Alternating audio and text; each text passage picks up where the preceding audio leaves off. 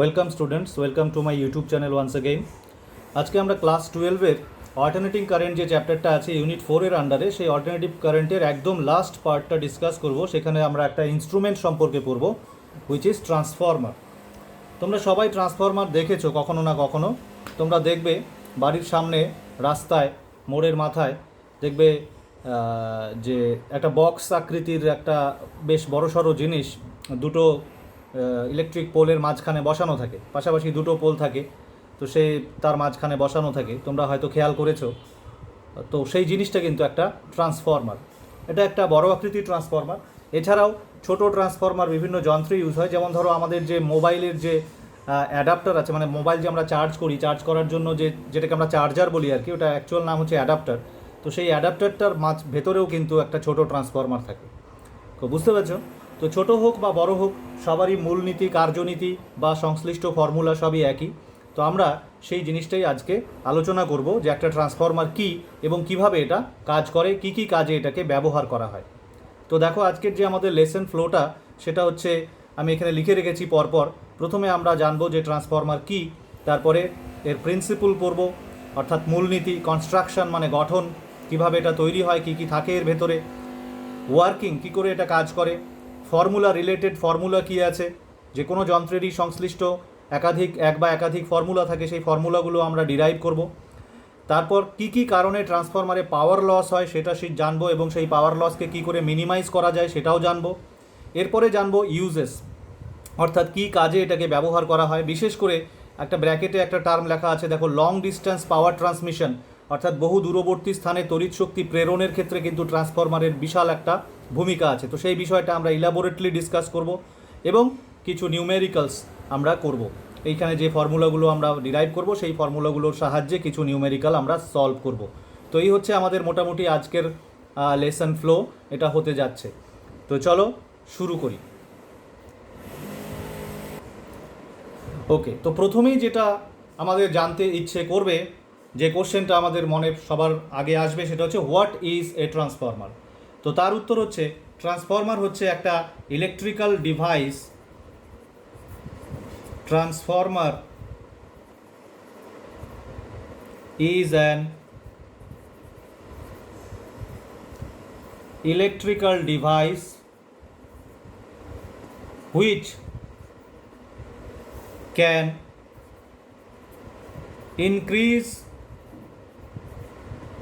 or decrease AC voltage। এবার এটার মানেটা কি? মানেটা হচ্ছে যে ট্রান্সফর্মার কি করতে পারে, এসি ভোল্টেজকে প্রয়োজন অনুসারে বাড়াতে পারে বা কমাতে পারে। ধরো তোমার কাছে 220 ভোল্টের এসি ভোল্টেজ আছে, 220 ভোল্ট, যেমন আমাদের বাড়ির যেটা ইলেকট্রিক্যাল লাইন, তার ভোল্টেজ কিন্তু 220 ভোল্ট, আরএমএস মান হচ্ছে 220 ভোল্ট। ধরো এই ভোল্টেজটা থেকে তুমি এই ভোল্টেজটাকে বিবর্ধিত করতে চাও, এই ভোল্টেজটাকে বাড়াতে চাও, ধরো এখান থেকে তুমি 11,000 ভোল্ট করতে চাও। So this is possible by the use of a transformer. আবার উল্টোটাও সম্ভব। ধরো 11,000 ভোল্টের লাইন আছে, সেখান থেকে তুমি হয়তো 440-তে আনতে চাও অথবা 220-তে আনতে চাও, সেটাও কিন্তু করা যায় একটা ট্রান্সফরমারের সাহায্যে। কথা বুঝতে পারছো? তো দু ধরনের ট্রান্সফরমার অ্যাকচুয়ালি ইউজে আছে। এই ধরনের ট্রান্সফরমারকে, যে ট্রান্সফরমার কী করে, ভোল্টেজকে ইনক্রিজ করে, এদেরকে বলা হয় হচ্ছে স্টেপ আপ ট্রান্সফরমার। আর এই ধরনের ট্রান্সফরমার, এদেরকে বলা হয় হচ্ছে স্টেপ ডাউন ট্রান্সফরমার। জেনারেলি এই ধরনের স্টেপ আপ ট্রান্সফরমার ইউজ হয় পাওয়ার স্টেশনে, অর্থাৎ যেখানে ইলেকট্রিসিটি প্রডিউস হয় পাওয়ার প্ল্যান্টগুলোতে, হাইড্রো ইলেকট্রিক বা থার্মাল বা নিউক্লিয়ার পাওয়ার প্ল্যান্টে এই ধরনের transformer, step up transformer use হয়। আর তোমরা বাড়ির সামনে যেগুলো দেখো রাস্তায় বা মোড়ের মাথায়, সেগুলো এই ট্রান্সফরমার, অর্থাৎ স্টেপ ডাউন ট্রান্সফরমার। সেগুলো ভোল্টেজকে ডিক্রিজ করে। ইভেন ওই মোবাইলে যেটা বললাম আমি, যে অ্যাডাপ্টারের ভেতরে যে ট্রান্সফরমার থাকে, সেটাও কিন্তু স্টেপ ডাউন টাইপের। কথা বুঝতে পারছো? কারণ একটু নিজেরা চিন্তা করলেই বুঝতে পারবে, আমাদের যে বাড়ির সাপ্লাই ভোল্টেজ সেটা হচ্ছে 220 ভোল্ট এসি। তো সেখান থেকে একটা মোবাইল চার্জ করতে গেলে আমাদের যে ভোল্টেজ দরকার, সেটা কিন্তু অ্যাপ্রক্সিমেটলি 9 ভোল্ট। বুঝতে পারছো? তো তোমরা দেখবে যে অ্যাডাপ্টারের মধ্যে লেখা থাকে, তো সেটাকে 9 ভোল্টে নামিয়ে আনতে গেলে কী লাগবে? অবভিয়াসলি একটা স্টেপ ডাউন ট্রান্সফরমার লাগবে। ওকে, তো ট্রান্সফরমার কি? ট্রান্সফরমার হচ্ছে একটা electrical device which can increase or decrease the AC voltage. এটা কিন্তু ডিসি ভোল্টেজকে করতে পারে না, ডিসি ভোল্টেজকে ইনক্রিজ বা ডিক্রিজ করা যায় না। ট্রান্সফরমার কী করতে পারে? একমাত্র এসি ভোল্টেজকে স্টেপ আপ বা স্টেপ ডাউন অর্থাৎ বাড়াতে পারে অথবা কমাতে পারে। ওকে, এবার আসি প্রিন্সিপল। প্রিন্সিপল হচ্ছে, প্রিন্সিপল যে কোনো যন্ত্রের প্রিন্সিপল বলতে কি বোঝায়? প্রিন্সিপল বলতে বোঝায় যে ফিজিক্সের কোন নীতি, ফিজিক্সের কোন সূত্র এই যন্ত্রে ব্যবহার করা হয়। তো তার উত্তর হচ্ছে এই যন্ত্রে যে জিনিসটা ব্যবহার করা হয় সেটা হচ্ছে এই ঘটনাটা, মিউচুয়াল ইন্ডাকশন।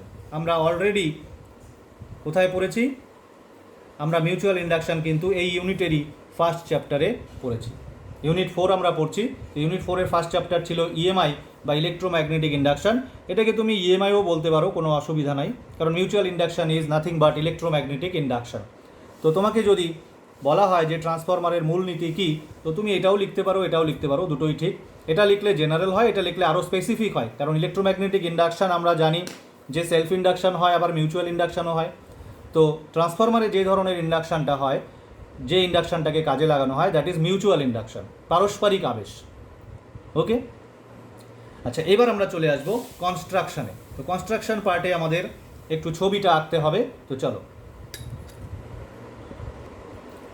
ওকে, তো চলো কনস্ট্রাকশন পার্টটা আমরা এবার দেখে নিই যে ট্রান্সফরমার অ্যাকচুয়ালি কী কী দিয়ে তৈরি বা এর ভেতরে কী কী থাকে। ট্রান্সফরমার বেসিক্যালি খুবই সিম্পল একটা ইনস্ট্রুমেন্ট, এর ভেতরে বিশেষ কিছু জটিল কিছু বা অনেক কিছু থাকে না। এই যে দেখতে পাচ্ছ ফ্রেমটা, রেক্ট্যাঙ্গুলার একটা ফ্রেম দেখতে পাচ্ছ, এটা সফট আয়রন দিয়ে তৈরি। এটাকে বলা হয় ট্রান্সফরমারের কোর। কেমন? এটাকে বলা হয় core. It is made of soft iron. Soft iron নেওয়ার একটা কারণ আছে, একটু পরে বলবো আমরা। তো এটা একটা রেক্ট্যাঙ্গুলার ফ্রেম। এই ফ্রেমের যে অপোজিট দুটো সাইড দেখো, এই যে দুটো সাইড, এই দুটো সাইডে তামার তার পেঁচানো আছে। ঠিক আছে, এটা একটা তামার তার পেঁচানো আছে, এটা আরেকটা তামার তার পেঁচানো আছে। এইখানে এই যে লেফট আর্ম যেটা, সেইখানে যে পাক সংখ্যা আর এই রাইট আর্মে যে পাক সংখ্যা, সেটা দেখতেই পাচ্ছ ডিফারেন্ট। কোনো ক্ষেত্রে কোনো ট্রান্সফরমারের ক্ষেত্রে এইখানে পাক বেশি থাকে, কোনো ক্ষেত্রে এখানে কম থাকে। আমরা দুই ধরনের ট্রান্সফরমারের কথা একটু আগে বললাম, স্টেপ আপ এবং স্টেপ ডাউন। স্টেপ আপে এখানে পাক সংখ্যা বেশি থাকে, আর স্টেপ ডাউনে এখানে কম থাকে এখানকার তুলনায়। সেটা কেন সেটাও বুঝবে একটু পরেই। এই যে দুটো আর্ম, এই দুটো আর্মে দুটো কুণ্ডলী এরকমভাবে পাকানো থাকে। তো এই আর্মটাকে, এটাকে বলে হচ্ছে, এই আর্মে যে কুণ্ডলীটা পাকানো থাকে এটাকে বলে হচ্ছে প্রাইমারি কয়েল, আর এখানে যেটা থাকে কুণ্ডলীটা পাকানো এটাকে বলে সেকেন্ডারি কয়েল, মুখ্য কুণ্ডলী এবং গৌণ কুণ্ডলী। মুখ্য কুণ্ডলীর যে দুই প্রান্ত, এই যে দুই প্রান্ত, এই দুই প্রান্তের সাথে একটা এসি ভোল্টেজ উৎস যুক্ত থাকে। এটা হচ্ছে এসি ভোল্টেজ সোর্স।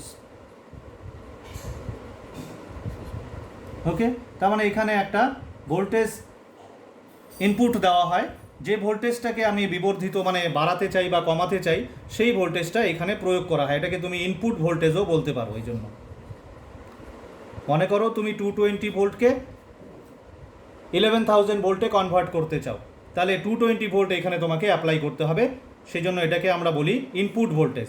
এবার এর দুই প্রান্তে, এই যে দুই প্রান্ত মানে সেকেন্ডারি কয়েলের যে দুই প্রান্ত, এর দুই প্রান্তে কিন্তু তুমি পাবে হচ্ছে তোমার ডিজায়ার্ড ভোল্টেজটা, that is called output voltage.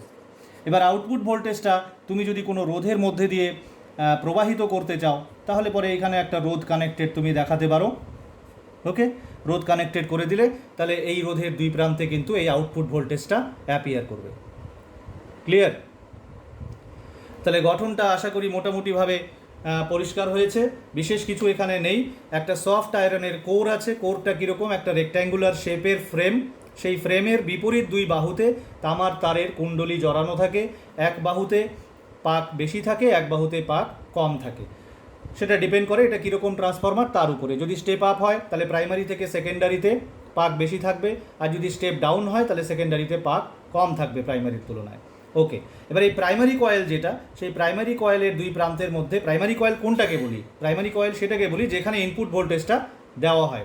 তো প্রাইমারি কয়েলের দুই প্রান্তে ইনপুট ভোল্টেজ প্রয়োগ করা হয়, এবং সেকেন্ডারি কয়েলের দুই প্রান্ত থেকে যে ভোল্টেজটা আমরা পাই সেটাই হচ্ছে আউটপুট ভোল্টেজ, যেটা বাহ্যিক বর্তনীতে আমরা ইউজ করতে পারি। এই যে এই আউটপুট ভোল্টেজ যেটা এই দুই বিন্দুর মধ্যে আমরা পাবো, সেটা আমরা বাহ্যিক বর্তনী দেখানোর জন্য আমি এখানে একটা রোধ যুক্ত করেছি। দেখো মনে করো এই রোধটা আর, তো এই আর রোধের দুই প্রান্তে এটা অ্যাপিয়ার করবে, এটা হচ্ছে বাহ্যিক বর্তনীর রোধ। ক্লিয়ার? তো এই হচ্ছে মোটামুটিভাবে ওর কনস্ট্রাকশন। এবার বলি ওয়ার্কিং। নাম্বার 3,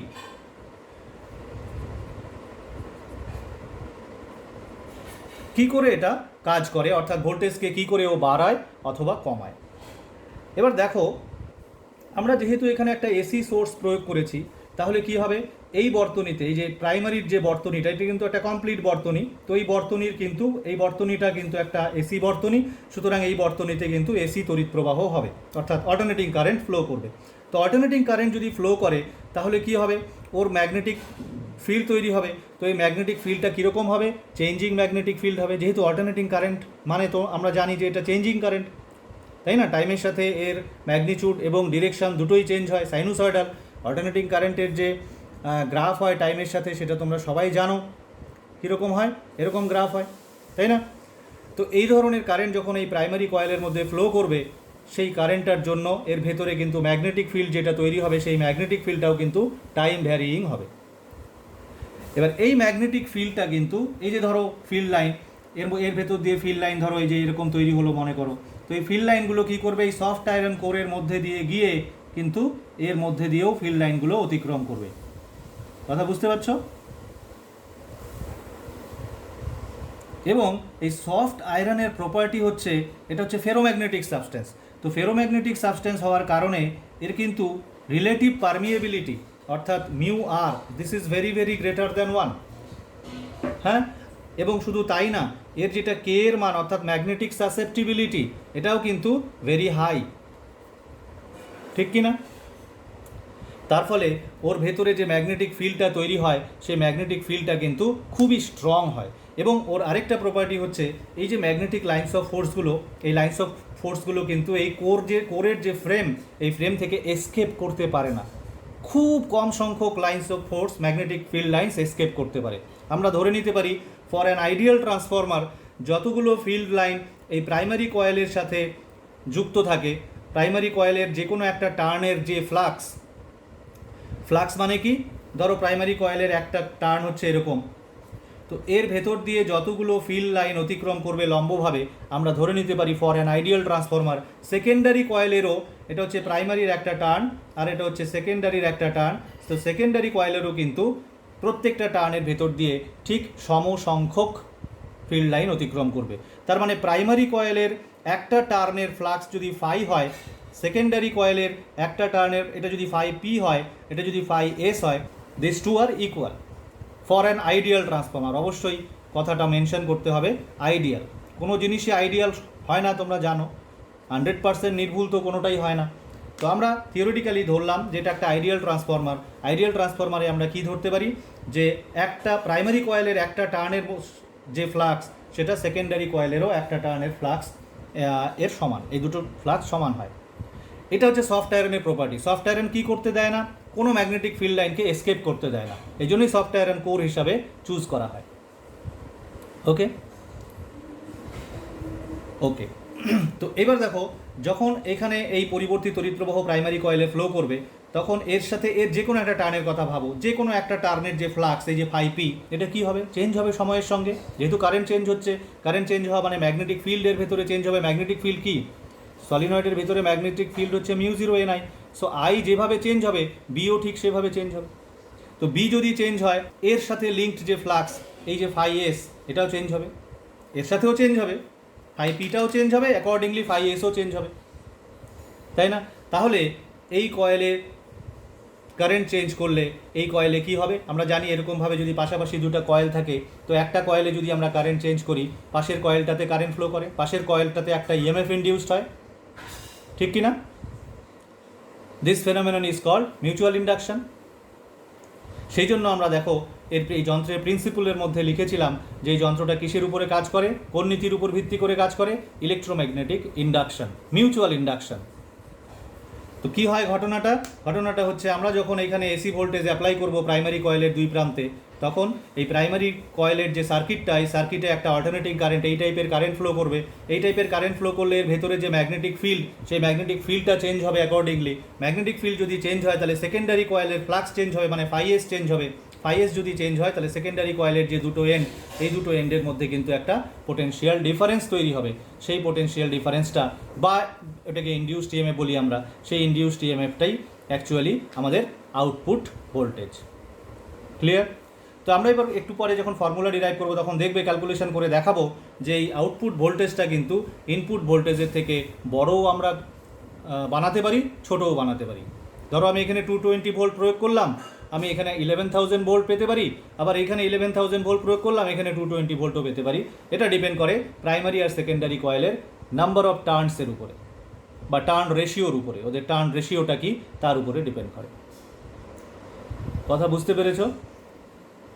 তো আমরা মোটামুটি ওয়ার্কিংটা কিন্তু আমরা প্রাইমারিলি বুঝলাম উইদাউট এনি ম্যাথামেটিক্যাল ক্যালকুলেশন। এবার আমরা ম্যাথমেটিক্যাল ক্যালকুলেশনটা করব যে ইনপুট ভোল্টেজ যদি আমাদের জানা থাকে তাহলে আউটপুট ভোল্টেজ কী করে বের করতে হয়, তো সেটা আমরা এবার ডিরাইভ করব।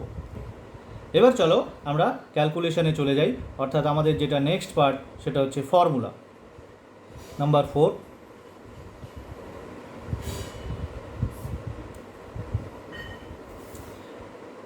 তো ধরো যে ভোল্টেজটা এখানে প্রয়োগ করা হয়েছে সেটা মনে করো হচ্ছে ইপি,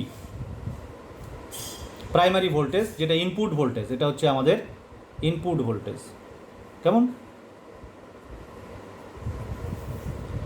এই ভোল্টেজটা যদি এখানে প্রয়োগ করি তাহলে এই কয়েলেও কিন্তু ইন্ডাকশান হবে। এটাকে কি ইন্ডাকশান বলে? Self induction. তাহলে সেলফ ইনডিউসড ইএমএফ কত হবে? সেলফ ইনডিউসড ইএমএফ এই কয়েলে, প্রাইমারি কয়েলের ইনডিউসড ইএমএফ হবে হচ্ছে মাইনাস এন পি ইন্টু ডিফাইডিটি। বোঝো একটু এই বিষয়টা। এটা আমরা ফ্যারাডের সূত্র থেকে জানতে শিখেছিলাম, তাই না?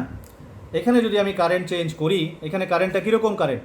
Alternating current. তো অল্টারনেটিং কারেন্ট হলে পরে এখানে তো ইএমএফ ইনডিউস হবেই, কারণ এটা সেলফ ইন্ডাকশনের ঘটনা তো ঘটবেই। তো সেলফ ইনডিউসড ইএমএফটা কত? এটা হচ্ছে number of turns in the primary coil into d phi d t হচ্ছে rate of change of flux. Clear? এবার যদি আমরা ধরি যে এই প্রাইমারি কয়েলের রোধ, এই সার্কিটের রোধ খুব নগণ্য, তাহলে কিন্তু আমরা লিখতে পারি যে modulus of EP is equal to NP into d phi d t without sign. আমরা শুধু মডটা যদি লিখি তাহলে আমরা কি লিখতে পারি যে ইপি ইকুয়াল টু, তার মানে কি এনপি ইন্টু ডিফাইডিটি। কীভাবে লিখতে পারি? কারণ এটা কারশফের সূত্র। অ্যাপ্লাইড ভোল্টেজ কত? ইপি। আর কত? এখানে অ্যাপিয়ার্ড ভোল্টেজ কত? এখানে যেটা ভোল্টেজ আসলো সেই ভোল্টেজটা হচ্ছে এটা এনপি ইন্টু ডিফাইডিটি। তো applied voltage equal to appeared voltage তো হবেই। তুমি অনেক রকমভাবে এটাকে মানে এক্সপ্লেন করতে পারো। তুমি এটাকে এই পাশে এনেও এক্সপ্লেন করতে পারো। দেখো এইখানে যে ভোল্টেজটা অ্যাপ্লাই করছো সেটা কত? ইপি। আর এর দুই প্রান্তের, ওই কয়েলের দুই প্রান্তের মধ্যে যে ভোল্টেজটা অ্যাপিয়ার করছে সেটা কত? NP into d phi d t. KVL apply করো। তো দুটাকেই যদি তুমি ইএমএফ ভাবো, সার্কিটে কোনো রেজিস্ট্যান্স নেই, তাহলে ইএমএফের সামেশান ইকুয়াল টু 0 হবে, তাই না? তো ইএমএফের সামেশান কত হবে? EP minus NP into d phi d t is equal to 0. Therefore we can write EP equal to NP into dphi dt. আশা করি বুঝতে পেরেছো এই বিষয়টা। আচ্ছা, আমি আরেকবার বলে দিই। এটা হচ্ছে অ্যাপ্লাইড ভোল্টেজ ইপি। এই সার্কিটে, প্রাইমারি সার্কিটে আমরা যে ভোল্টেজটা, পরিবর্তী ভোল্টেজটা প্রয়োগ করেছি সেটা হচ্ছে ইপি। এই ভোল্টেজটা প্রয়োগ করলে এখানে কারেন্ট চেঞ্জ হবে। কারেন্ট চেঞ্জ হলে এখানে সেলফ ইন্ডাকশনের ঘটনা ঘটবে। সেলফ ইন্ডাকশনের জন্য এর দুই প্রান্তে একটা তড়িৎচালক বল আবিষ্ট হবে। সেটা কত? এটা। এবার কেভিএল অ্যাপ্লাই করো এই সার্কিটে কোনো রেজিস্ট্যান্স নেই, কিন্তু আমরা ধরেছি এটা ideal. So there is no resistance in the primary circuit. তাহলে আমরা কি লিখবো? Summation of E equal to summation of V. V মানে পোটেনশিয়াল ডিফারেন্স, কারশফের সূত্র। অথবা summation of all the potential drops is equal to 0, যেভাবে খুশি ভাবো তুমি, তাই না? তাহলে এইখানে একটা ইএমএফ আছে কত? ইপি। এর দুই প্রান্তে একটা ইএমএফ আছে কত? এই দুইটা ইএমএফের কিন্তু ডিরেকশন একদম অপোজিট, কারণ এটাকে ব্যাক ইএমএফ বলে। ধরো কোনো মুহূর্তে এই প্রান্তটা যদি প্লাস হয়, এই প্রান্তটা যদি মাইনাস হয়, তাহলে এটারও কিন্তু এই প্রান্তটা প্লাস, এই প্রান্তটা মাইনাস হবে। সো অবভিয়াসলি তুমি যখন সাম করবে, এই ইএমএফটা প্লাস হলে এই ইএমএফটা মাইনাস হবে। কথা বুঝতে পেরেছ? তুমি ধরো এই পয়েন্ট থেকে ইএমএফ সাম করতে করতে যাচ্ছ, বা তুমি ধরো এইখান থেকে করতে করতে যাচ্ছ, যেখান থেকে খুশি করতে করতে যাও, কোনো অসুবিধা নেই, এখান থেকে করো। তো এখান থেকে করতে করতে যাও, তুমি সাম করতে দেখবে যে এখান থেকে এখানে গেলে পোটেনশিয়াল রাইজ হচ্ছে, আবার এখান থেকে এখানে গেলে পোটেনশিয়াল ফল হচ্ছে, তাহলে একটা প্লাস একটা মাইনাস হবে সাম করার সময়, that equal to 0। So we get EP equal to NP into d phi d t. Okay, এবার আসি মিউচুয়াল ইন্ডাকশান ঘটলে পরে, যেটা কিনা এটা আমরা কিন্তু প্রাইমারি কয়েলে সেলফ ইন্ডাকশান যে ঘটলো তার জন্য আমরা একটা সম্পর্ক পেলাম, সেটা হচ্ছে যেটা আমার ইনপুট ভোল্টেজ এই যে EP, that is equal to NP into d phi dt. এবার আসবো মিউচুয়াল ইন্ডাকশানের ঘটনা, যেটা কিনা সেকেন্ডারি কয়েলে ঘটবে। তো সেকেন্ডারি কয়েলে যে মিউচুয়াল ইন্ডাকশান ঘটবে, সেই মিউচুয়াল ইন্ডাকশানের জন্য ইনডিউসড ইএমএফ যদি আমরা ইএস ধরি, তাহলে ইএস ইকুয়াল টু আমরা কত লিখতে পারবো? ইএস ইকুয়াল টু লিখতে পারবো হচ্ছে মাইনাস এনএস ইন্টু, আমরা মাইনাস লিখলাম না, আমাদের শুধু মানটাই প্রয়োজন, minus NS into d phi d t. D phi ডিটিটা দেখো একটুখানি খেয়াল করবে, এটা ডিফাই ডিটিটা কিন্তু দুই ক্ষেত্রে একই। আমরা ইপি কি লিখেছিলাম, এখানে লিখি আবার, ইপি লিখেছিলাম হচ্ছে এনপি ইন্টু ডিফাই ডিটি, আর ইএস লিখলাম এনএস ইন্টু ডিফাই ডিটি। তাই আমরা জানি ইনডিউসড ইএমএফ এর ফর্মুলা এটা হয়, তাই না? Turn number into d phi dt. এবার ডিফাই ডিটি পার্ট টার্মটা কিন্তু দুটোতে একই। কেন একই? কারণ আমি একটু আগে বলেছিলাম প্রাইমারি কয়েলের একটা টার্নের সাথে ফ্লাক্স লিঙ্কড যদি ফাই হয়, সেকেন্ডারি কয়েলেরও কিন্তু ফাই, আইডিয়াল ট্রান্সফরমারের ক্ষেত্রে। দেয়ারফোর প্রাইমারি কয়েলে যদি rate of change of flux d phi dt হয়, সেকেন্ডারিতেও ডিফাই ডিটি হবে। ওকে, শুধু প্রাইমারিরটা যখন আমরা বের করব তখন এটাকে মাল্টিপ্লাই করতে হবে প্রাইমারির টার্ন নাম্বার দিয়ে, সেকেন্ডারির ইনডিউসড ইএমএফ বের করতে গেলে সেকেন্ডারির টার্ন নাম্বার দিয়ে মাল্টিপ্লাই করতে হবে, এনএস দিয়ে মাল্টিপ্লাই করতে হবে। এবার দেখো এই দুটোকে যদি আমরা ডিভাইড করে দিই, তাহলে আমরা কী পাবো? ES by EP equal to NS by NP. So this is the most important formula. বুঝতে পেরেছ কী করে? দেখো এখান থেকেই তুমি বুঝতে পারবে যে ট্রান্সফরমার কী করে ভোল্টেজকে বাড়ায় বা কমায়। এবার আমি কিছু ভ্যালু নেই, ধরো ইপি আমাদের ইনপুট ভোল্টেজ হচ্ছে 220 ভোল্ট, ধরো এনপি ইকুয়াল টু হচ্ছে 100, মানে প্রাইমারি কয়েলের টার্ন সংখ্যা 100টা, আর এনএস এটা মনে করো হচ্ছে 10000, এটা ধরো 10,000 বা 1 লাখ। তাহলে বলো তো আউটপুট ভোল্টেজ কত হবে? Output voltage ES equal to কত? NS by NP into EP. NS কত? 1 লাখ, এনপি কত? 100 ইন্টু ইপি কত? 220 ভোল্ট। তো চলো দুটো জিরো কাটো, তাহলে এটা কত হয়ে গেল? 220 ইন্টু 123, তার মানে 2,20,000 ভোল্ট। বুঝতে পারলে? তার মানে ভোল্টেজটা কী হয়ে গেল? বেড়ে গেল। So this is step up transformer. এবার যদি উল্টো হতো, যদি টার্ন নাম্বার প্রাইমারিতে এরকম হতো, ধরো এনপি ইকুয়াল টু 1 লাখ বা 10,000 আর এনএস ইকুয়াল টু মনে করো 100, তাহলে তুমি কি পেতে? বের করে দেখো, ES equal to NS by NP into EP. এবার এনএস কত? 100, এনপি কত? 10,000 into 220 volt. So it will be, দুটো জিরো কাটো, 100 দিয়ে এটাকে মাল্টিপ্লাই করলে 2.20 ভোল্ট। ঠিক আছে, 220 ভোল্ট না দিয়ে ধরো এটা আমি ইপিটা এই ক্ষেত্রে ধরো একটু বড় নিলাম, আরও ভালো বুঝতে পারবে। ধরো এটা আছে হচ্ছে 11,000 ভোল্ট। ওকে, তো বসাও এখানে 11,000 ভোল্ট, কত হবে? দুটো জিরো কাটো, তার মানে এটা হয়ে যাবে 110 ভোল্ট, 110 ভোল্ট। কমে গেল 11,000 থেকে 110 হয়ে গেল। এখানে 220 থেকে কত হয়ে গেছে? 2,20,000 ভোল্ট। তার মানে এটা হচ্ছে স্টেপ আপ ট্রান্সফরমার, আর এটা হচ্ছে step down transformer. Any confusion? তাহলে স্টেপ আপ আর স্টেপ ডাউন ট্রান্সফরমারের মধ্যে পার্থক্যটা কি? পার্থক্যটা হচ্ছে টার্ন রেশিও। এই ক্ষেত্রে কী ছিল? এই যে টার্ন রেশিও, এটাকে বলে, এই কোয়ান্টিটিটাকে বলে টার্ন রেশিও। এক্ষেত্রে কি হয়েছে? এক্ষেত্রে NS by NP is greater than 1, আর এই ক্ষেত্রে NS by NP is less than 1। তাই না? টার্ন রেশিও যদি গ্রেটার দ্যান 1 হয় তাহলে ভোল্টেজ বাড়বে, টার্ন রেশিও যদি লেস দ্যান 1 হয় ভোল্টেজ কমবে, খুবই obvious. So this type of transformer is step up and this type of transformer is called step down transformer. Clear? আমাদের পাওয়ার স্টেশনে যে ভোল্টেজ প্রডিউস হয় সেটা মোটামুটিভাবে 440 ভোল্টের মতো, হাইড্রো ইলেকট্রিক বা তোমার থার্মাল বা নিউক্লিয়ার পাওয়ার প্ল্যান্টে। তো সেটা যখন ট্রান্সমিশন করা হয় তখন কিন্তু এটাকে বাড়ানো হয় 11,000, 22,000, 66,000 এরকম হাই ভোল্টেজে কনভার্ট করে তারপরে পাঠানো হয়। তো সেইখানে ওই জন্য একটা এরকম স্টেপ আপ ট্রান্সফরমার প্রয়োজন হয়। আবার যখন এটা আমাদের বাড়িতে আমরা যখন ইউজ করি, বাড়িতে আমাদের 220 ভোল্ট সাপ্লাই, তো 220 ভোল্ট কী করে হবে? ও পুরো রাস্তাটা ট্রাভেল করে আসছে, তখন ওর ভোল্টেজটা কত ছিল? ধরো 11,000 ভোল্ট। এবার এই জন্য বাড়ির সামনে আমাদের একটা এই ধরনের ট্রান্সফরমার থাকে, স্টেপ ডাউন ট্রান্সফরমার, যেটা কিনা 11,000 ভোল্ট থেকে এটাকে কমিয়ে নিয়ে 220 ভোল্ট করে দেয়। বুঝতে পারলে? এবার কেন হাই ভোল্টেজে ট্রান্সমিশন করা হয় সেটা আমরা পরে পড়বো, যখন আমরা ইউজ করবো ট্রান্সফরমারের, সেখানে আমরা ওটা ডিসকাস করব। তো আপাতত যেটা আমি বললাম সেটা হচ্ছে ট্রান্সফরমারের যে সংশ্লিষ্ট ফর্মুলা, সেই মেইন ফর্মুলা কিন্তু এটা। তবে এটা মনে রাখবে, এটা কিন্তু অবশ্যই আইডিয়াল ট্রান্সফরমারের ক্ষেত্রে, হ্যাঁ, এটা কিন্তু আইডিয়াল ট্রান্সফরমারের ক্ষেত্রে, রিয়েল ট্রান্সফরমারের ক্ষেত্রে এক্স্যাক্টলি এটা হবে না। ওকে? কারণ রিয়েল ট্রান্সফরমারে কিছু কিছু কারণে, মানে কয়েকটা কারণে এনার্জি কিছুটা লস হয়। সেটাও আমরা পড়বো যে কী কী কারণে এনার্জি লস হয় এবং কতটা লস হয়, কতটা এফিশিয়েন্ট ট্রান্সফরমার আমাদের বানানো সম্ভব, সব কিছুই আমরা পড়বো। তো আশা করি এই জায়গাটা বুঝতে পেরেছো। এই জায়গাটাকে আমি আরেকবার একটু সামারি করে দিই। সেটা হচ্ছে যে কী করে ট্রান্সফরমার কাজ করে এবং ট্রান্সফরমারে যে আমরা আউটপুট ভোল্টেজ পাই, সেটা আউটপুট ভোল্টেজের ফর্মুলাটা কী। ট্রান্সফরমারে আমরা কী করি? আমরা জাস্ট প্রাইমারি কয়েলে, প্রাইমারি যে সার্কিট, সেই সার্কিটে একটা ভোল্টেজ ইনপুট দিই। ধরো এখানে 220 ভোল্ট দিলাম। ধরো আমি ভোল্টেজটাকে বাড়াতে চাই, 11,000 করতে চাই বা 22,000 করতে চাই, হোয়াট এভার। আমি এখানে দিলে এখানে একটা অল্টারনেটিং কারেন্ট ফ্লো করবে এই সার্কিটে। Due to that alternating current এখানে একটা ভ্যারিং ম্যাগনেটিক ফিল্ড তৈরি হবে, সেই ম্যাগনেটিক ফিল্ডটা এর ভেতর দিয়েও যাবে।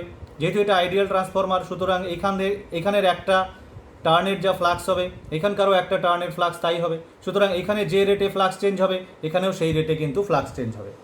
এটা প্রথমে মাথায় বসিয়ে নাও। সেকেন্ড যেটা কথা, সেটা হচ্ছে এখানে যখন ফ্লাক্স চেঞ্জ হবে তাহলে এই কয়েলের মধ্যে ইন্ডাকশন হবে, that is called self induction. That self induced EMF is equal to NP into d phi d t.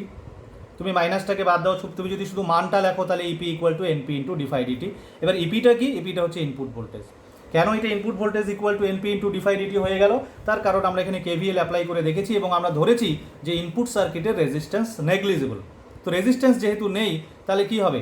এই ভোল্টেজ আর এই ভোল্টেজ ইকুয়াল হতেই হবে। কেভিএল তাই বলছে। কেভিএল, এই যে কেভিএল অ্যাপ্লাই করেছি এখানে দেখো, ঠিক আছে? So EP equal to NP into d phi dt. এবার যেহেতু এইখানে ফ্লাক্স চেঞ্জ হচ্ছে, সো অবভিয়াসলি এখানেও ফ্লাক্স চেঞ্জ হবে, কারণ এই ফ্লাক্সটাই এর সাথেও লিঙ্কড আছে। এখানকার একটা টার্নের যা ফ্লাক্স, এখানকার একটা টার্নের তাই ফ্লাক্স। এখানে যে রেটে ফ্লাক্স চেঞ্জ হচ্ছে, এখানেও সেই রেটে ফ্লাক্স চেঞ্জ হচ্ছে। দেয়ারফর এইখানেও ইন্ডাকশন হবে। তো এই ইন্ডাকশনটাকে কী বলে? Mutual induction. তাহলে মিউচুয়াল ইন্ডাকশনের জন্য এর দুই প্রান্তে যে ইএমএফটা ইন্ডিউসড হবে সেটা কত হবে? একই formula, N into d phi d t. তো এই ক্ষেত্রে হবে N S into d phi d t. এই যে এখানে করলাম আমরা N S into d phi DT.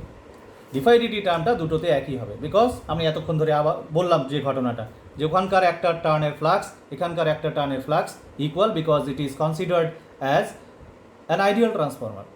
যা ফ্লাক্স ওর সাথে লিঙ্ক আছে, একটা ফ্লাক্সও এসকেপ করতে পারেনি। আমরা ওই যে সফট আয়রন করে ইউজ করার এটাই কারণ, যাতে ফ্লাক্স এসকেপ করতে না পারে, একটা ফিল্ড লাইনও বাইরে যেতে না পারে। ঠিক আছে? So rate of change of flux in the primary will be equal to rate of change of flux in the secondary for a single turn. তাহলে প্রাইমারি কয়েলের ইন্ডিউসড ইএমএফ যদি এটা হয়, তাহলে সেকেন্ডারি কয়েলের ইন্ডিউসড ইএমএফ এটা হবে। Just এখানে টার্ন নাম্বার দিয়ে যখন আমরা মাল্টিপ্লাই করছি, প্রাইমারির ক্ষেত্রে প্রাইমারি টার্ন হবে, সেকেন্ডারির ক্ষেত্রে সেকেন্ডারি টার্ন হবে। তো অবভিয়াসলি এখান থেকেই বোঝা যায়, এটাকে যদি ডিভাইড করে দেয় ওই ফর্মুলাটা পাওয়া যায়। তো এখান থেকেই আমরা ইজিলি বুঝতে পারি যে এনএস বাই এনপি যদি গ্রেটার দ্যান 1 হয়, তাহলে ES will be greater than EP. আর এনএস বাই এনপি যদি লেস দ্যান 1 হয় এই ক্ষেত্রে যেমন হয়েছে, তাহলে ES will be less than EP. Input ভোল্টেজের থেকে আউটপুট ভোল্টেজ কম হবে, এই ক্ষেত্রে ইনপুট ভোল্টেজের থেকে আউটপুট ভোল্টেজ বেশি হবে। This type of transformer is called step up transformer and this type of transformer is called step down transformer. দুটো কোথায় কোথায় ইউজ হয় সেটাও আমি বললাম। ওকে, এছাড়াও আরও একটা ফর্মুলা আমাদের কাজে লাগবে ট্রান্সফরমারে, সেটা একটু বলি। দেখো, for an ideal transformer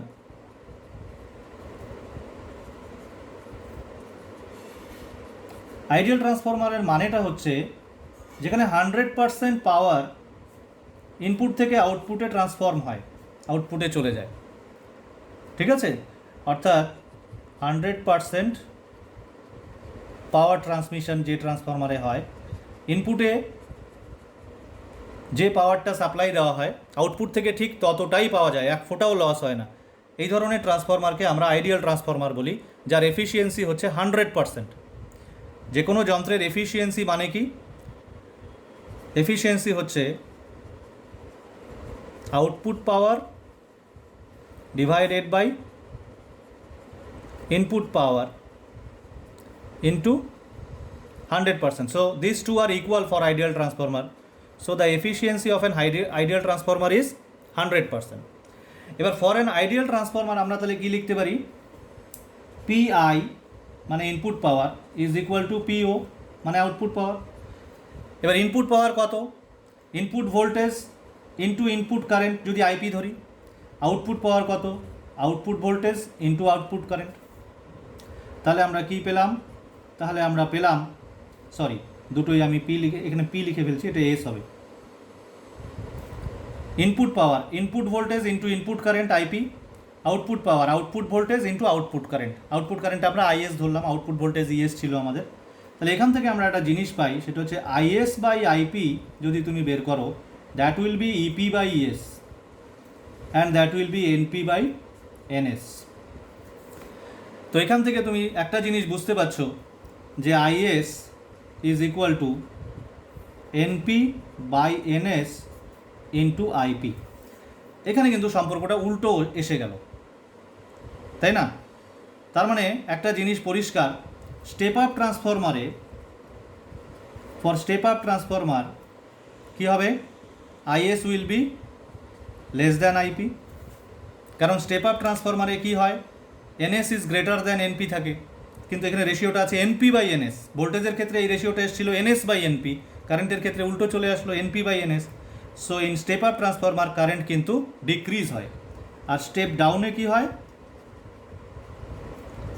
step down ট্রান্সফরমারে কারেন্ট ইনক্রিজ হয়। তাহলে স্টেপ আপ ট্রান্সফরমারে কারেন্ট ডিক্রিজ হয় আর ভোল্টেজ কি হয়? এটা তো আমরা আগেই শিখেছি, ইএস গ্রেটার দ্যান ইপি, আর এখানে ভোল্টেজ কি হয়? ES less than EP. এবার বলি একদম সামারি করে, স্টেপ আপ ট্রান্সফরমারে ভোল্টেজ বাড়ে, কারেন্ট কমে যায়। স্টেপ ডাউন ট্রান্সফরমারে ভোল্টেজ কমে, কারেন্ট বেড়ে যায়। এটাই হওয়ার কথা ছিল, তার কারণ পাওয়ার ইকুয়াল আছে না। তো পাওয়ার মানে কি? কারেন্ট ইন্টু ভোল্টেজ, তাই না? তো কারেন্ট ইন্টু ভোল্টেজ যদি ইকুয়াল থাকতে হয়, তাহলে একটা বাড়লে আরেকটা তো কমতেই হবে, নাহলে প্রোডাক্ট ইকুয়াল থাকবে কীভাবে? ভেরি সিম্পল, ঠিক আছে? তো এটা মনে করার কোনো কারণ নেই যে আমি ধরো 220 ভোল্ট থেকে 11,000 ভোল্ট করে ফেললাম, তাহলে কি পাওয়ার বেড়ে গেল? কখনোই না। আমরা 11,000 ভোল্ট যে পেয়েছি তার জন্য আমাকে স্যাক্রিফাইসও করতে হবে। কি স্যাক্রিফাইস করতে হবে? কারেন্টে স্যাক্রিফাইস করতে হবে, ঠিক আছে? আমি ফর এক্সাম্পল ধরো যে প্রাইমারি সার্কিটে ইপি আছে হচ্ছে 220 ভোল্ট আর আইপি, এগুলো কিন্তু মনে রাখবে, এগুলো কিন্তু সব আরএমএস ভ্যালু, হ্যাঁ, এটা মাথায় রাখবে, এগুলো সব আরএমএস ভ্যালু কিন্তু। তো ইপি আছে 220 ভোল্ট আর আইপি আছে মনে করো 10 অ্যাম্পিয়ার, ওকে? এবার আমি এই 220 ভোল্টকে মনে করো যে 22,000 ভোল্ট করতে চাই, তাহলে আমার এনএস বাই এনপি কত দরকার বলো? টার্ন রেশিও যেটা, সেটা কত দরকার? 100 দরকার। তাহলে 100 টাইমস মাল্টিপ্লাই হবে ভোল্টেজটা, ঠিক আছে? তখন আমার ইএস হয়ে যাবে 100 into 220 volt which is 22,000 volt. কিন্তু আমার দেখো আইপি তো আমার 10 অ্যাম্পিয়ার ছিল, তাহলে আইএস কত হবে? তুমি এই সমীকরণে বসালেই পেয়ে যাবে, অথবা এখান থেকেও পেতে পারো। কত হয়ে যাবে? এনপি বাই এনএস মানে হচ্ছে 1/100 ইন্টু 10, তার মানে 0.1 অ্যাম্পিয়ার। দেখো ভোল্টেজটা 100 টাইমস হয়ে গেল, কারেন্টটা 1/100 হয়ে গেল। সিম্পল। ভোল্টেজ যদি ডাবল হয় তাহলে কারেন্ট হাফ হয়ে যাবে, ভোল্টেজ যদি 10 টাইমস হয় তাহলে কারেন্ট 1/10 হয়ে যাবে। এটা স্টেপ আপে বলছি, স্টেপ ডাউনে উল্টো হবে। আমরা যদি ভোল্টেজ বাড়াই তাহলে কারেন্ট কমে যাবে, আমরা যদি ভোল্টেজ কমাই তাহলে কারেন্ট বেড়ে যাবে, বা because the power should remain same, power is E into I. Okay, তো এই হচ্ছে সংশ্লিষ্ট মানে ট্রান্সফরমারের সাথে রিলেটেড যে ফর্মুলা, মোটামুটিভাবে এইটুকুই, এর বাইরে আর কোনো ফর্মুলা নেই। আশা করি হোল কনসেপ্টটা তোমরা বুঝতে পেরেছো। এখন আমরা যেটা ডিসকাস করব অ্যাডিশনাল, সেটা হচ্ছে এর মধ্যে মানে আমরা যেমন বলছি যে আইডিয়াল ট্রান্সফরমারের ক্ষেত্রে এই যে ফর্মুলাগুলো, এগুলো সব কিন্তু আইডিয়াল ট্রান্সফরমারের ফর্মুলা। এবার প্র্যাকটিক্যালি যে ট্রান্সফরমারগুলো ইউজে আছে, যেগুলো ইউজ করা হয় বিভিন্ন জায়গায়, পাওয়ার স্টেশনে বলো বা রাস্তায় বলো বা মানে টাউনে বিভিন্ন জায়গায়, বা ওই যে আমাদের যে সাবস্টেশনগুলো থাকে দেখবে, সেই সাবস্টেশনগুলোতেও ট্রান্সফরমার থাকে, সেই ট্রান্সফরমারগুলো কোনোটাই কিন্তু আইডিয়াল না, তবে মোটামুটিভাবে 99% এফিশিয়েন্ট। মানে এতটা আমরা আমাদের টেকনোলজি এতটাই উন্নত হয়েছে যে আমরা কিন্তু 99% এফিশিয়েন্ট ট্রান্সফরমার বানাতে পারি। তার মানে কি, আমরা যদি 100 জুল এনার্জি ইনপুটে দিই তাহলে পরে আমরা আউটপুটে 99 জুল পাই, 1 জুল নষ্ট হয়। ক্লিয়ার? সেই যে 1 জুল সেটা কী কী কারণে নষ্ট হয় সেটা আমরা একটু এবার করব। Power loss, the reason behind power loss and its remedy, অর্থাৎ কী করে সেই পাওয়ার লসটাকে কমানো যায়। তো চলো সেইটাতে যাই এবার। ওকে, তো দেখো কী কী কারণে ট্রান্সফরমারে পাওয়ার লস হয়, অর্থাৎ ট্রান্সফরমার 100% এফিশিয়েন্ট কেন হয় না। তো কয়েকটা কারণ আছে। নাম্বার 1 হচ্ছে copper loss. What is copper loss? আচ্ছা, আমি কারণগুলো লিখে নিই। আর এটা হচ্ছে ফ্লাক্স লস,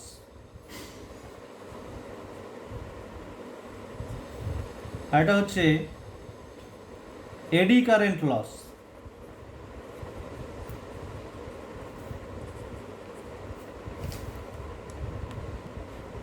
আর লাস্ট যেটা হচ্ছে সেটা হচ্ছে হিস্টেরিসিস লস।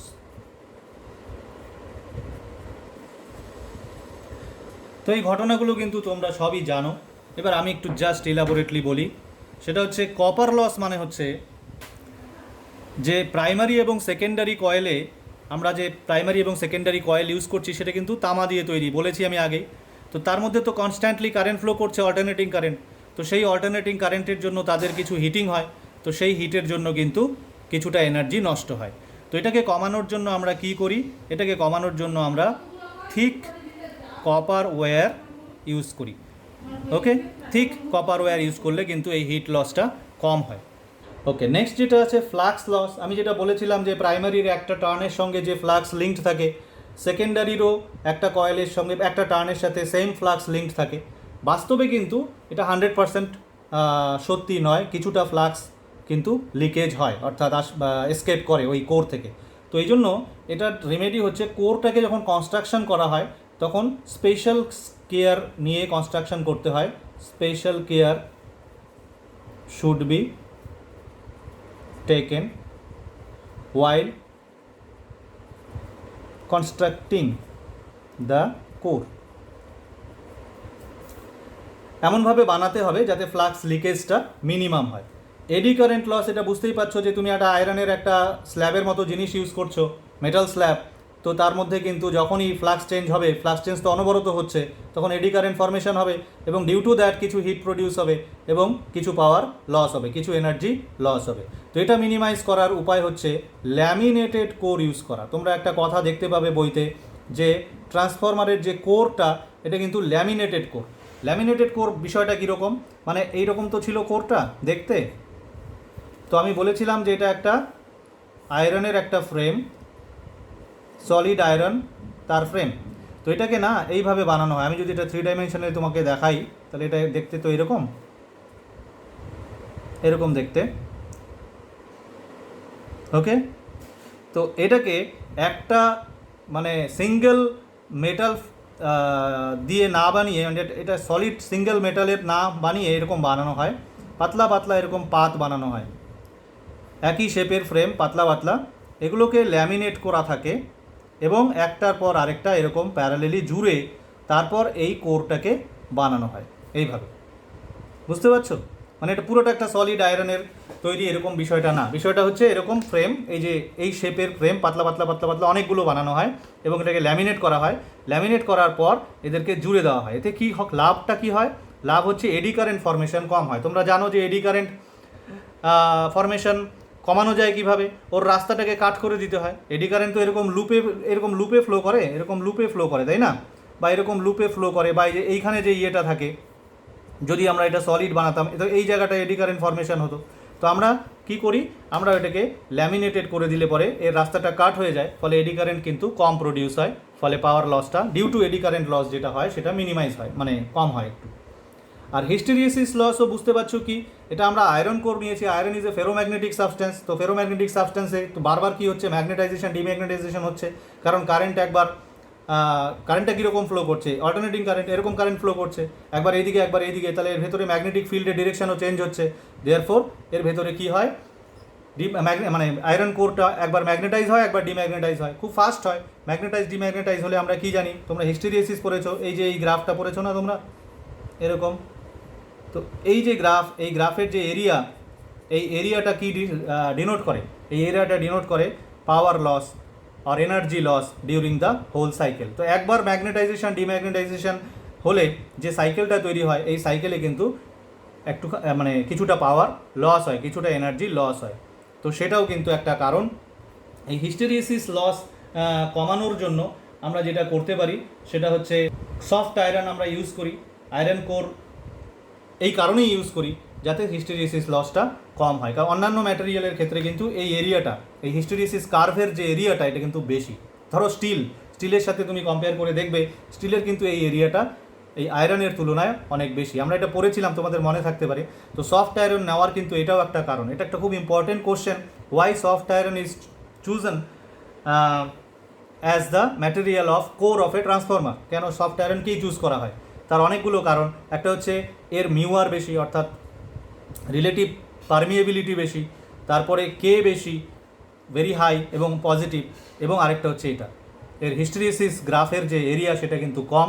তার মানে হিস্টেরিসিস লস যেটা হবে সেটা অন্যান্য ম্যাটেরিয়াল, যেমন ফর কম্পারিজন তুমি যদি স্টিলের সাথে কম্পেয়ার করো, স্টিলের তুলনায় কিন্তু এর মধ্যে হিস্টেরিসিস লস কম হয়। That's why soft iron is used. So soft iron is used. তাহলে আমরা পড়ে ফেললাম যে কী কী কারণে ট্রান্সফরমারে পাওয়ার, এই যে সবগুলো কারণ, এই সব মিলিয়ে মোটামুটি 1% পাওয়ার লস হয়। বুঝতে পারছো? 99% এফিশিয়েন্ট ট্রান্সফরমার বানানো সম্ভব এই কারণগুলোর জন্য। কপার লস মানে কি, এটা হচ্ছে অ্যাকচুয়ালি জুল হিটিং। ওই যে কপারের তার প্রাইমারি সেকেন্ডারিতে ইউজ হচ্ছে, তার মধ্যে কারেন্ট ফ্লো করছে, হিট প্রডিউস হবে, this is called joule heating. এটা একটা। ফ্লাক্স লস মানে কি, কিছু line of force, magnetic field lines বাইরে চলে যায়, তো সেটা আটকানোর বুদ্ধি হচ্ছে ওই যে ফ্রেমটা যখন বানানো হয় এটা স্পেশাল কেয়ার দিয়ে প্রপার শেপে বানাতে হয় যাতে ফ্লাক্স এসকেপ করতে না পারে। এডি কারেন্ট লস মানে কি, যেহেতু এখানে সবসময় ম্যাগনেটিক ফ্লাক্স চেঞ্জ হচ্ছে, সুতরাং এডি কারেন্টের ঘটনা ঘটে, এডি কারেন্ট ফর্মেশন হয়। এডি কারেন্টের রাস্তাটাকে কমাতে হবে, এডি কারেন্টকে কাট করতে হবে, তার জন্য ল্যামিনেটেড কোর ইউজ করা হয়।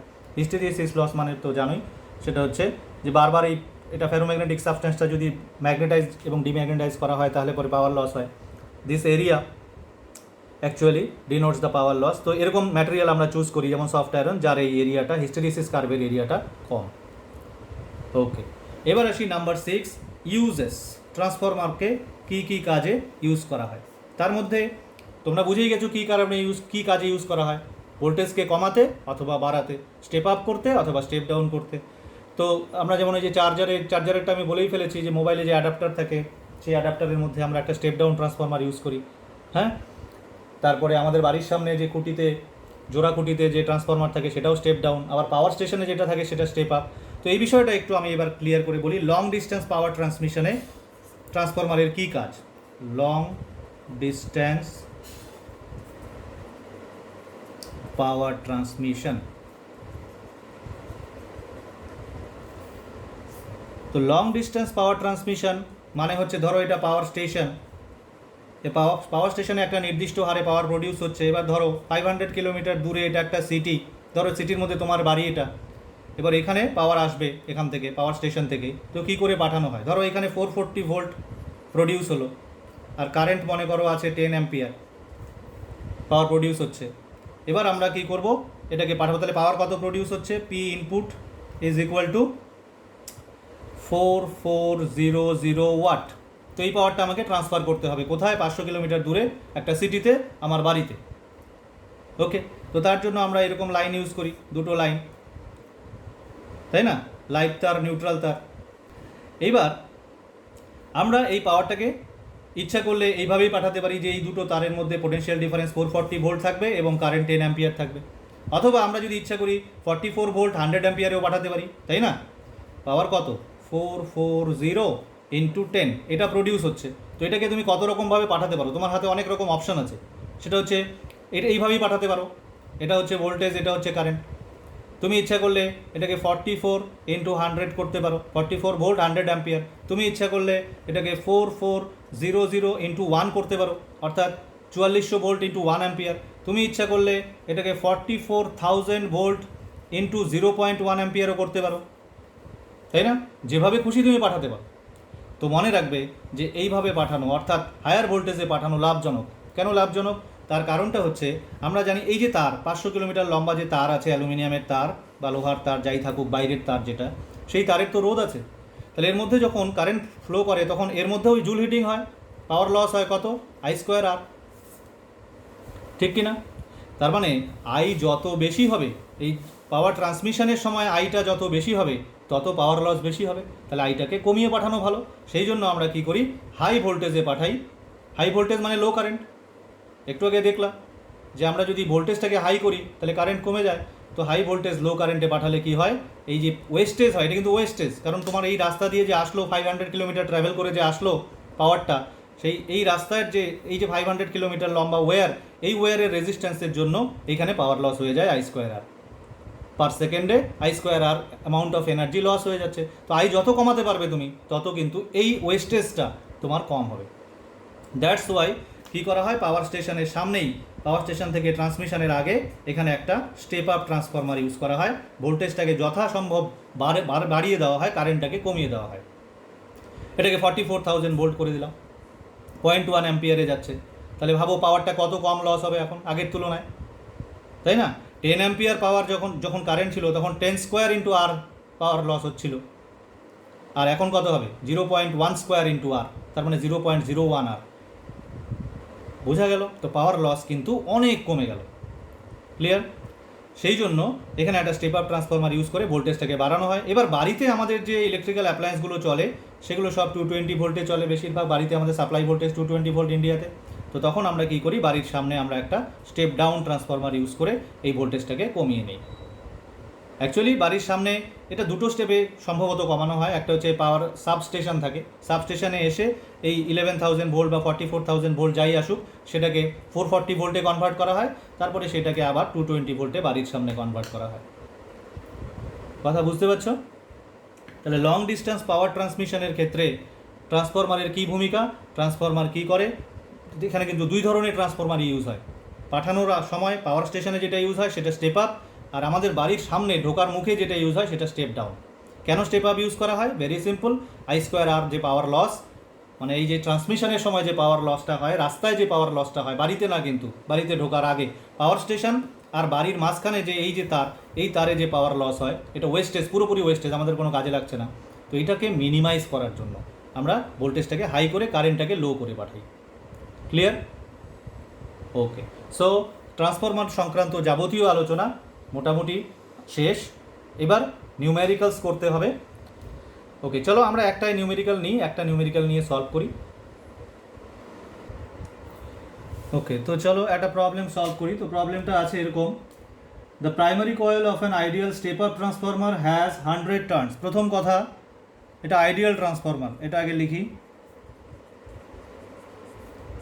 আইডিয়াল ট্রান্সফরমারের মানে কি আমরা একটু আগেই বলেছি, আইডিয়াল ট্রান্সফরমারের মানে হচ্ছে এর এফিসিয়েন্সি ইকুয়াল টু কত, 100%। তার মানে হচ্ছে P input is equal two P output, এটা দেওয়া আছে। 100 টার্নস প্রাইমারি টার্ন নাম্বার দেওয়া আছে, that is NP equal to 100, and the transformation ratio is also 100। Transformation ratio মানে কি, that is equal to ns by np, that is also 100. The input voltage and power are 220 volt and 1100 watt respectively. Input voltage মানে কি, ep, this is equal to 220 volt, and power, input power is also given, that is PI, that is equal to 1100 watt. Calculate, এবার বের কি কি করতে হবে, question number 1, calculate the number of turns in the secondary, that is NS বের করতে হবে। The current in primary, number 2 বের করতে হবে IP, প্রাইমারি কয়েলের কারেন্ট। The voltage across the secondary, number 3 ES, secondary voltage মানে আউটপুট ভোল্টেজ মানে ES। The current in the secondary, number 4 IS, secondary বা output current. And the power in the secondary, that means output power, PO। So these are the questions. তো আমরা যে formula জানি সেই formula দিয়ে খুব easily এটা কিন্তু সলভ করা সম্ভব। তো প্রথম যে কোশ্চেনটা NS তো খুব ইজিলি বেরোবে, কারণ NS বাই NP তুমি জানো, তার মধ্যে আবার NPও জানো, তাহলে NS কত, তো এইখান থেকে আসি, দেখো NS ইকুয়াল টু কত, NS by NP 100 into NP is also given, NP is 100, so 100 into 100 that is equal to 10,000। একটা অ্যান্সার হয়ে গেল, এটা হচ্ছে নাম্বার 1। নাম্বার 2 IP কি করে পাবো, ইনপুট পাওয়ার দেওয়া আছে PI ইকুয়াল টু কত, PI মানে কি, PI মানে হচ্ছে EP into IP, input voltage into input current. Therefore IP equal to ওটা 1100 divided by EP is also given কত, 220, তো ক্যান্সেল করো, 2 10, তার মানে 5 ampere. So question number 2 is also answered, 5 ampere. Number 3 বলেছে ES, তো ES ইকুয়াল টু কি, NS by NP into EP। NS by NP is turn ratio 100 and EP is given 220 volt, so it is 22,000 volt হয়ে গেল number 3। Number 4 IS কি করে পাবো, IS is equal to NP by NS into IP already বের করা আছে। NP by NS কত আমার, NP by NS হচ্ছে 1/100 ইন্টু IP কত, IP হচ্ছে আমার 5 ampere, so it is 0.05 ampere. The last question output power, এখানে করি, এটা খুবই easy. Output power equal to input power, যেহেতু এটা ideal transformer equal to input power is given, so output power is also 1100 watt. So খুব easy question, just তোমার যদি কনসেপ্টটা ঠিকঠাক থাকে, ফর্মুলাগুলো জানো, তাহলে খুব ইজিলি সলভ করা যায়। তো এরকম প্রবলেম আরও আছে, তোমরা করবে। তো এই হচ্ছে মোটামুটিভাবে ট্রান্সফরমার। তো আশা করি তোমরা সবাই বুঝতে পেরেছো। তো এবার এটা পড়ে নেবে এবং প্রবলেমগুলো সলভ করবে, দ্যাটস অল।